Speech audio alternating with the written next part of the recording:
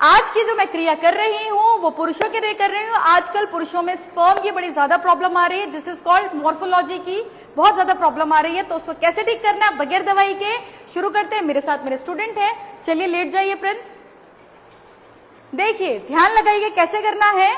सांस लेते वक्त आपने सीधे पैर को ऊपर किया, मोड़ा और सांस छोड़ते वक्त नोज को टच किया, ठीक है। इसी तरीके से दूसरी तरफ आपने करना है, सांस ली, इसको टच किया। अगर आप इफेक्ट देख रहे हो पूरा का पूरा लोअर एब्डोमेन में जा रहा है, which is good for the sperm counts, right. Come on, अब इसको मूविंग के साथ करना है फास्ट। सांस ली, सांस छोड़ी, सांस ली, सांस छोड़ी, सांस ली, सांस छोड़ी। इसको आपने ब्रीदिंग के साथ करना है, ब्रीदिंग के साथ खाली पेट करना है। सुबह शाम करिएगा, काउंट करिएगा 1 2 3 4, बढ़ाते बढ़ाते 10 से लेकर 20 तक लेकर जाइएगा और 1 महीने में आपको गुड न्यूज मिल जाएगी। रिपोर्ट मेरे साथ शेयर करना ना भूलें।